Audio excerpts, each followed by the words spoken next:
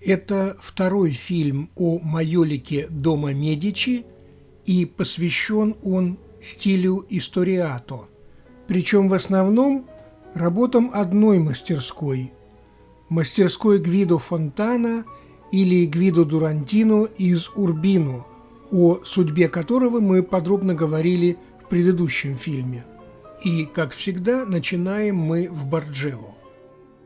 Мы обещали начать этот фильм с рассказа об огромном сервизе из 120 предметов в стиле историато, заказанного мастерской Фонтана в Урбино в середине 30-х годов XVI века для Анн де Монморанси.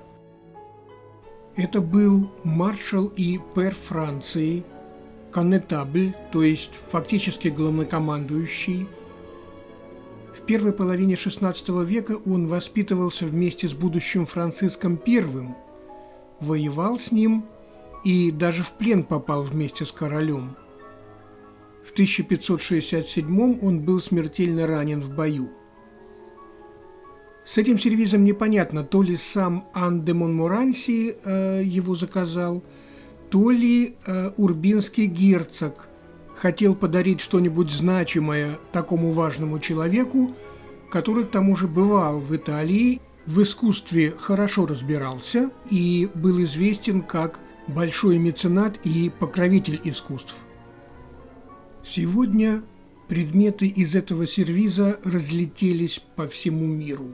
Около 20 находится в Victoria and Albert Museum в Лондоне, сколько-то в Метрополитен Нью-Йорке, что-то в Барджелло, тарелки, подсвечники, кувшины, фляги.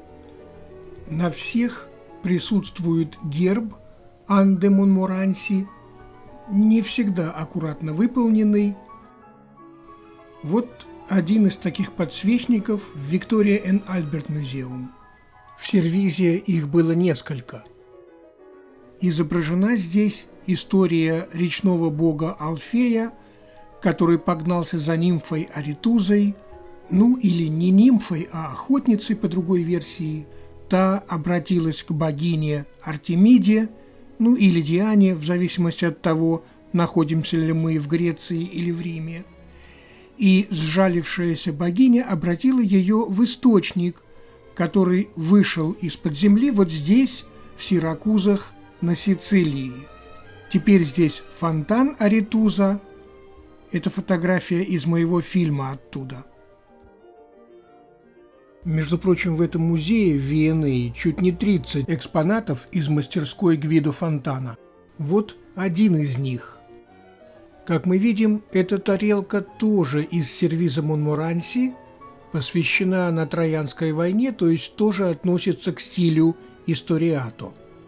Но V&A не один такой замечательный. Вот, например, в Метрополитен в Нью-Йорке еще одна тарелка в стиле историато, или разделочная доска, как указано на табличке, правда странно, на тему, которую мы только что рассматривали – Алфей и Аритуза.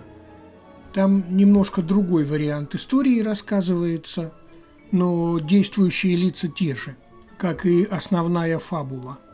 А создал эту разделочную доску, или тарелку, Франческо Занто Авелли, другой знаменитый мастер из Урбино, о котором мы еще будем говорить. А возвращаясь к подсвечникам из мастерской Фонтана, вот один в Нью-Йорке, в Метрополитен, из того же сервиза для Анн де Монморанси. Тоже в стиле историато. Здесь изображена Леда, наблюдающая за рождением, точнее вылуплением из яиц, двух близнецов – Кастора и Палукса. Согласно Овидию, Леда была дочерью царя, по разным версиям разных. Леда прославилась своей красотой, Зевс возжелал ее и явился к ней под видом лебедя, чтобы усыпить ее бдительность. От этой связи Леда снесла яйцо или два, Не спрашивайте как, мы сейчас не о биологии.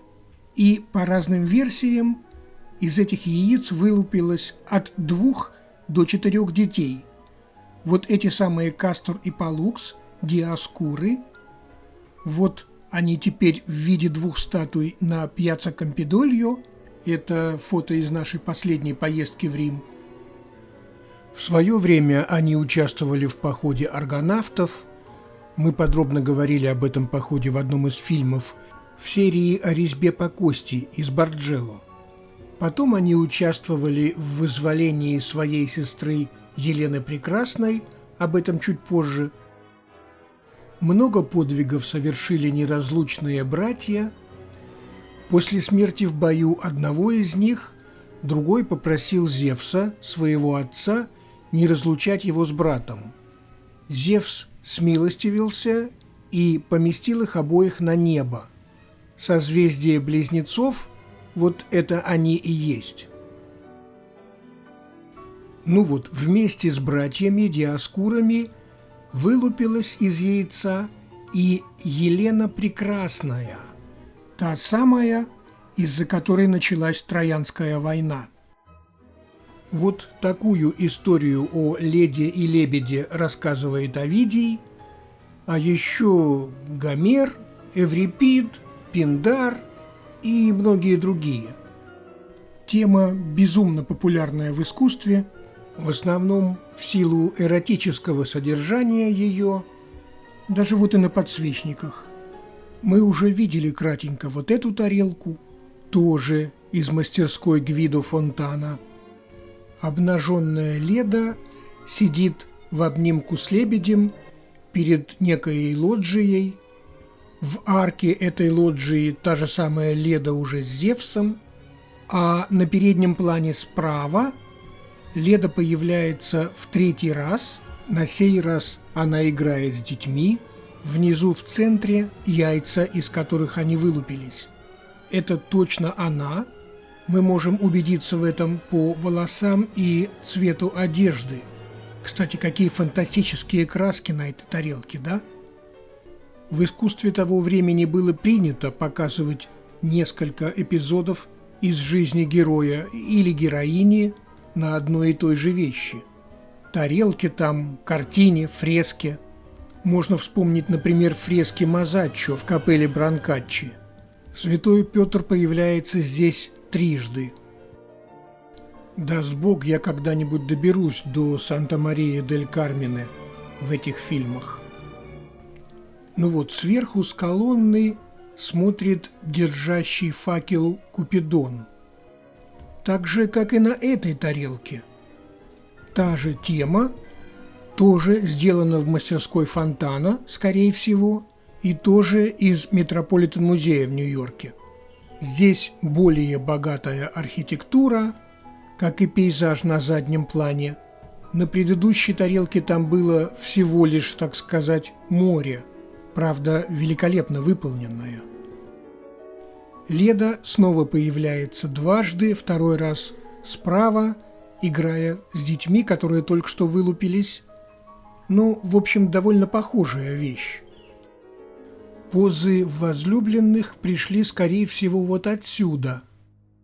А Агустино, в свою очередь, взял это, скорее всего, у Джулио Романо, которого мы упоминали в предыдущем фильме о Майолике.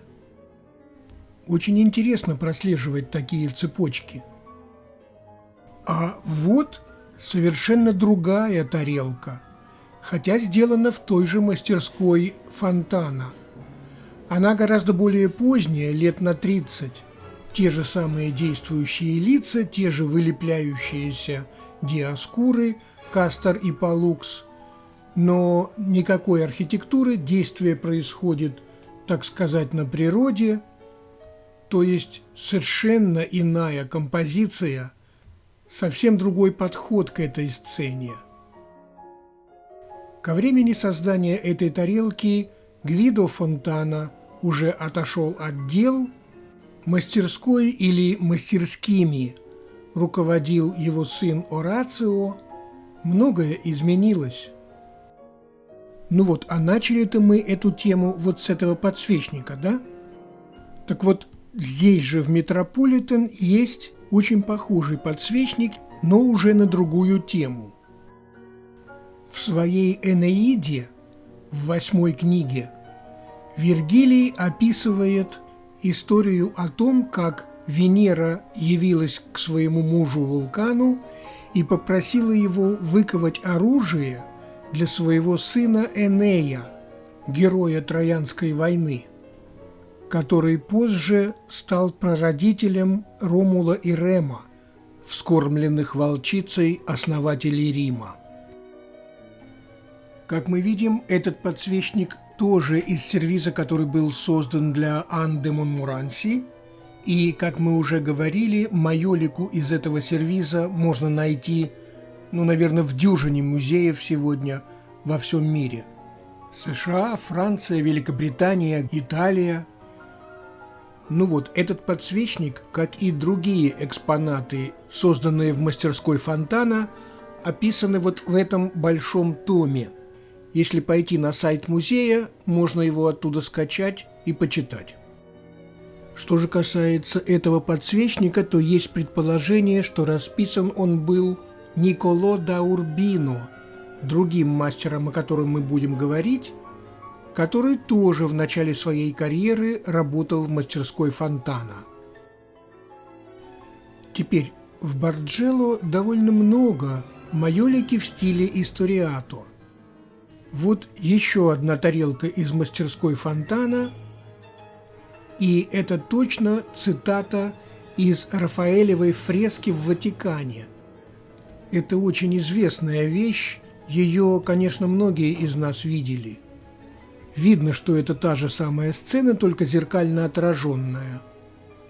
Даже и цвета практически те же, однако на тарелке добавлен огонь справа и слева, облака дыма.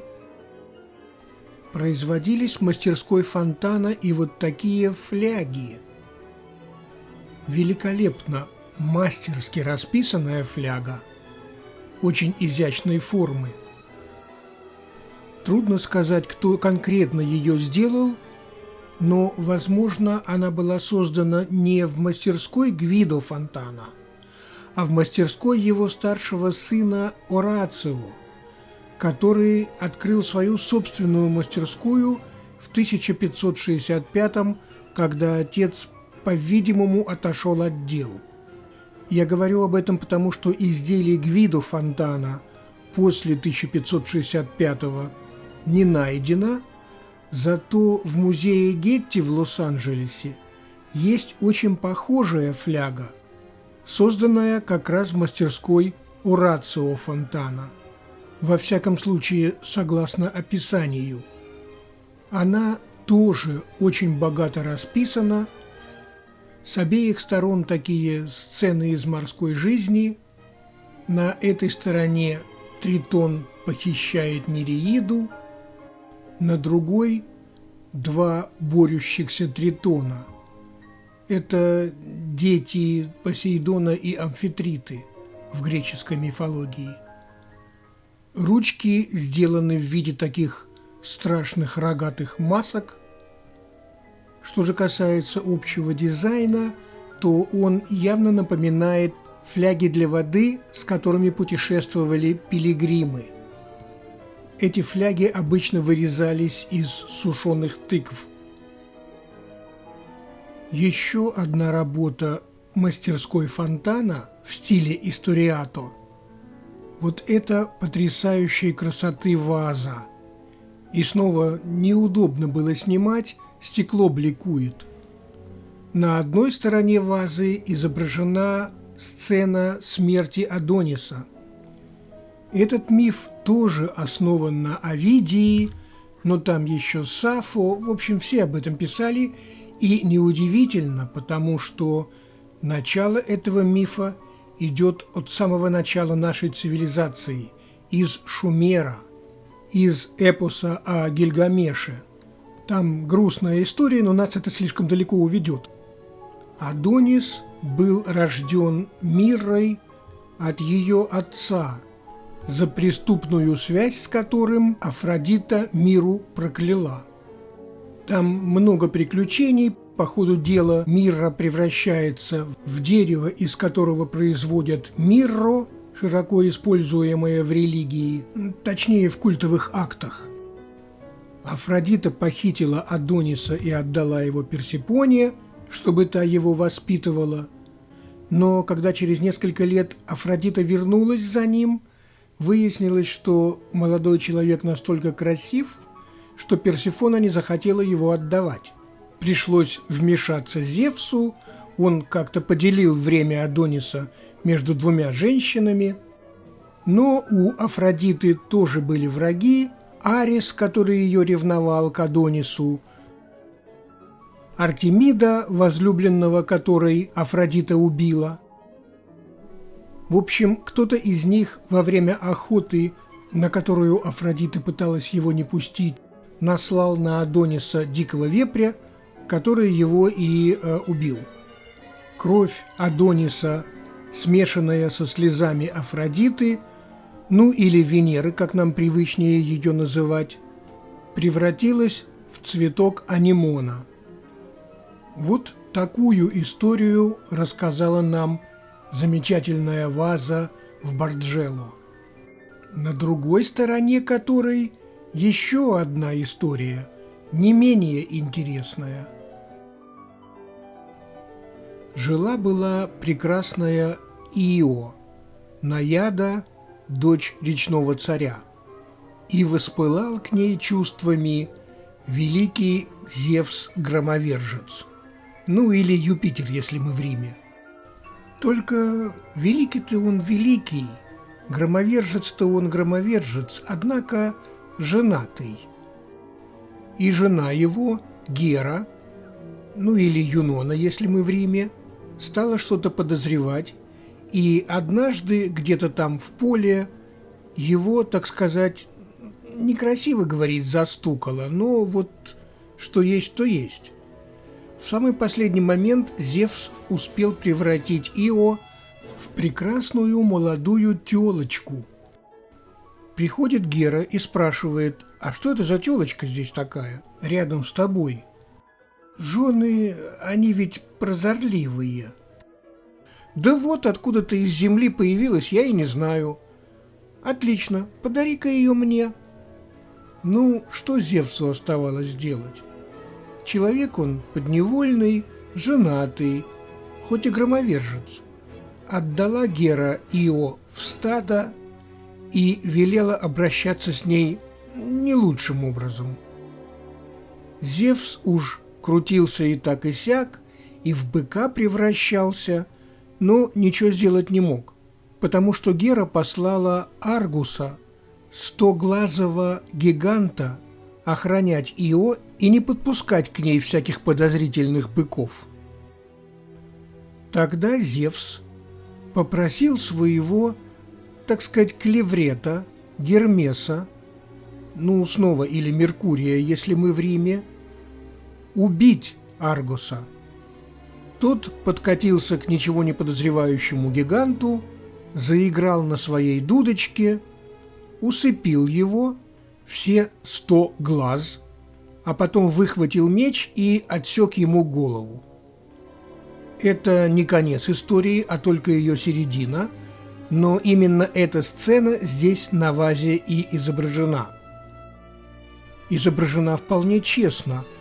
Глаз на теле Аргуса много, в отличие от многих других художников, которые такого издевательства над биологией не допускают. Миф о Зевсе и Ио очень популярен в искусстве. Вот еще одна фляга, подобная той, что мы рассматривали недавно. На одной стороне здесь Зевс и Ио, а на другой – убийство Аргуса. И ваза, которую мы так долго рассматривали, точнее ее форма, тоже не уникальна.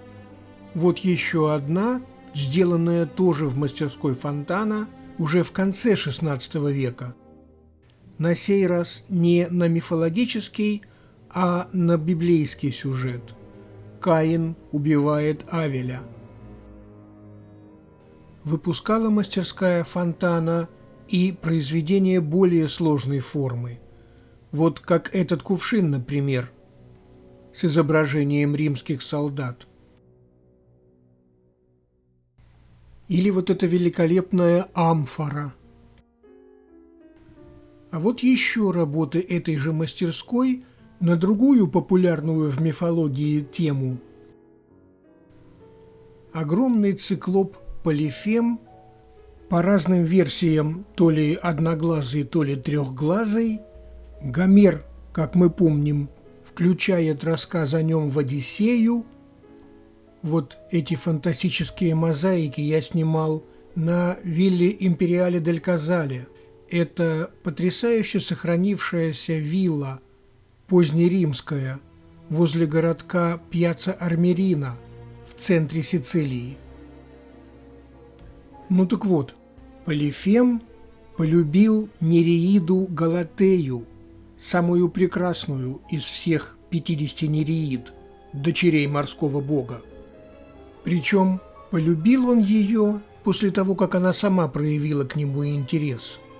Во всяком случае, так пишет поэт V-IV веков до нашей эры, а потом повторяют Аристофан, Овидий и многие другие. У них вроде и дети появились, от которых, между прочим, разные народы произошли. Ну вот, и все вроде было хорошо, но тут Галатея возьми, да и влюбись в смертного по имени Ацис. Ветреная дама оказалась. И некоторое время им удавалось скрываться, но как веревочки не виться. В общем, после того, как Полифем ознакомился с ситуацией, он пришел в страшный гнев. Понятное дело, этот замечательный фонтан я снимал очень давно, чуть не 20 лет назад. Ну вот, кончилось-то все очень плохо. А как оно еще могло кончиться при тогдашних-то нравах? В общем, Полифем сбросил на них огромную скалу, которая убила Ациса и ранила Галатею.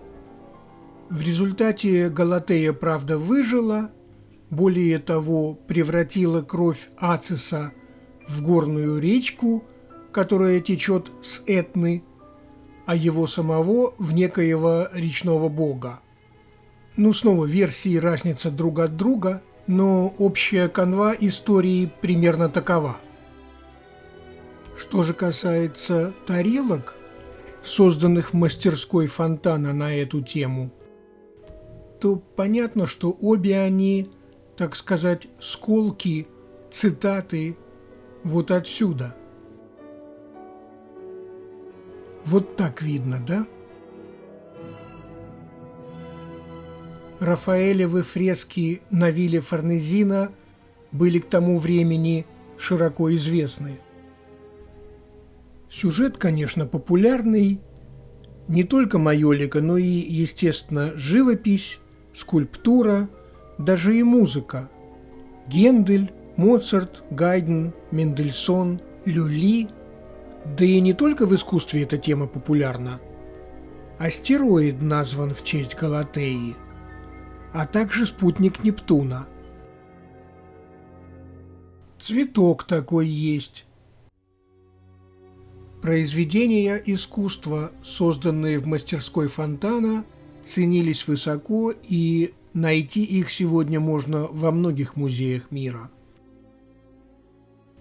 Мы уже говорили о wine coolers, таких лоханках, в которых охлаждали вино, со сценами из пунических войн между Римом и Карфагеном.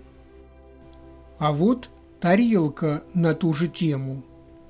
Рассказывается здесь об известном эпизоде, правда, есть сомнения в его достоверности, когда римскому военачальнику Сципиону Африканскому, известному охотнику до женщин, солдаты преподнесли в качестве подарка прекрасную карфагенянку, а Сципион взял да и отпустил девушку к ее жениху. История, конечно, красивая и в искусстве, конечно, очень популярная, но только Ливий говорит, что женихом-то был важный человек из Иберии, портить отношения с которым Сципиону было, конечно, не с руки. Кроме того, у него была давняя страстная связь с одной девушкой, его рабыней, и там вроде и дети были, а жена Сципиона, между прочим, бабушка Гракхов, предпочла великодушно не замечать этой связи, а после смерти Сципиона еще более великодушно отпустила рабыню, и та вышла замуж за другого вольноотпущенника. Высокие отношения, как сказала бы известная героиня не менее известного фильма. В этой связи не могу не упомянуть другого случая, произошедшего в это же время. Перед решающей битвой при Заме между карфагенской армией Ганнибала и римской армией Сципиона два великих генерала встретились. Официально это были переговоры, а они весьма уважали друг друга. Так вот, между ними произошел такой разговор, в частности. Сципион спросил, кого Ганнибал считает величайшим полководцем всех времен и народов. Тот ответил: «Александра, конечно». «А кто же второй?» – спросил тогда Сципион, хорошо зная, что весь мир вторым-то считает Ганнибала. Ответ Ганнибала был великолепен. «Вот если ты меня завтра побьешь, то вторым станешь ты». Замечательно, правда? К вопросу о нравах. Ганнибала Сципион в этой битве побил, но в основном благодаря предательству, приведшей к этому карфагенской знати, которая очень боялась усиления Ганнибала. Интересно, что оба великих полководца умерли в один год и оба в изгнании. Надпись на могиле Сципиона начинается словами «Неблагодарному Отечеству». Комментарии, я думаю, излишни. Интересно, что племянник Сципиона Африканского, Сципион Эмилианус, тоже воевал Карфаген и, собственно, уничтожил город по приказу Римского Сената. Историк Полибий, который был воспитателем Эмилиануса и сопровождал его в походе, пишет, что Сципион Эмилианус плакал, глядя на пожар Карфагена. На вопрос «Почему ты плачешь? Это ведь великая победа Рима?» он ответил: «С Римом случится то же самое, и все из-за нашей спеси». Вот уж точно история учит, что она ничему не учит.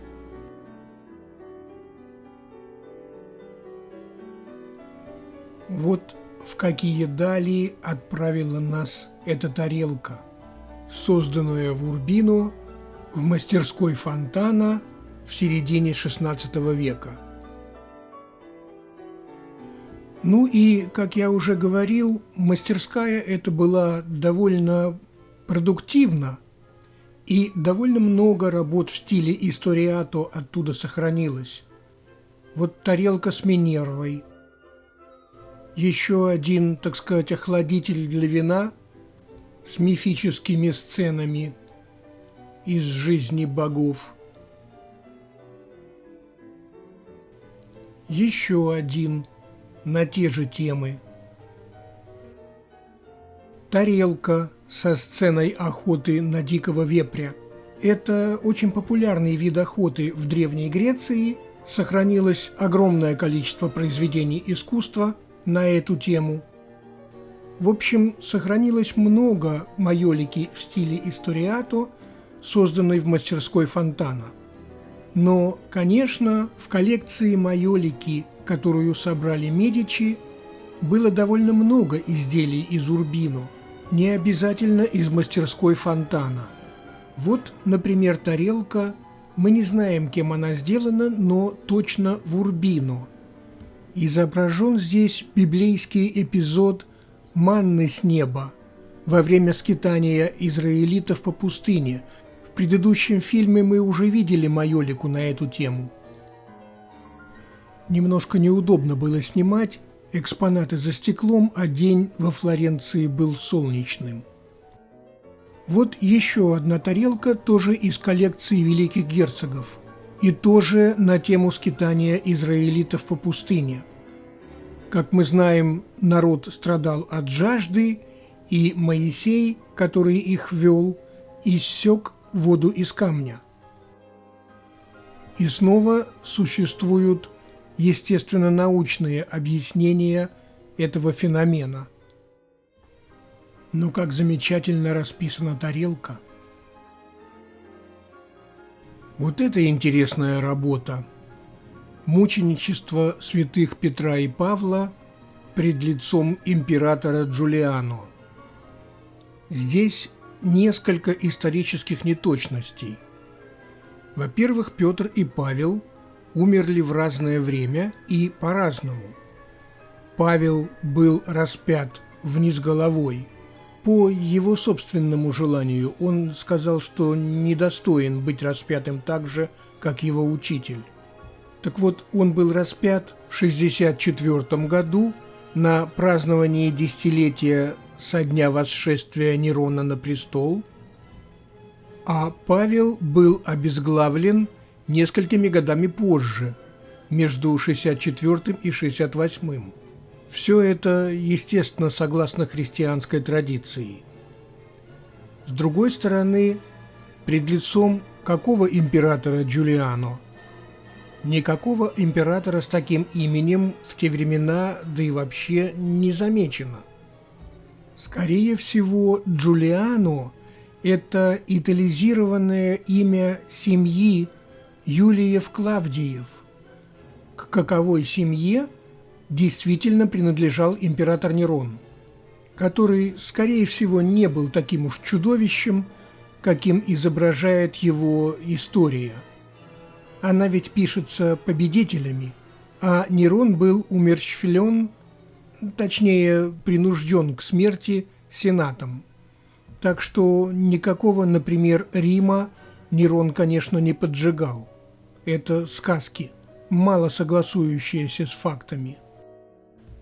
Ну вот, а возвращаясь к тарелке и ее очевидным ошибкам, поэтому-то табличка в Барджелло и гласит, согласно надписи «Джанджакомо Каральо». Каральо был довольно известным гравером, в том числе работал королевским гравером в столице Польши Кракове, тогдашней столице. Так вот, есть у Каральо вот такая работа с тем же самым названием. Но и это еще не все. Дело в том, что Каральо взял сюжет и композицию у замечательного, но рано умершего Пармиджанино. Так что трудно сказать, кто допустил первую ошибку здесь. Но, как бы там ни было, как мы видим, именно эта гравюра послужила исходным материалом для тарелки.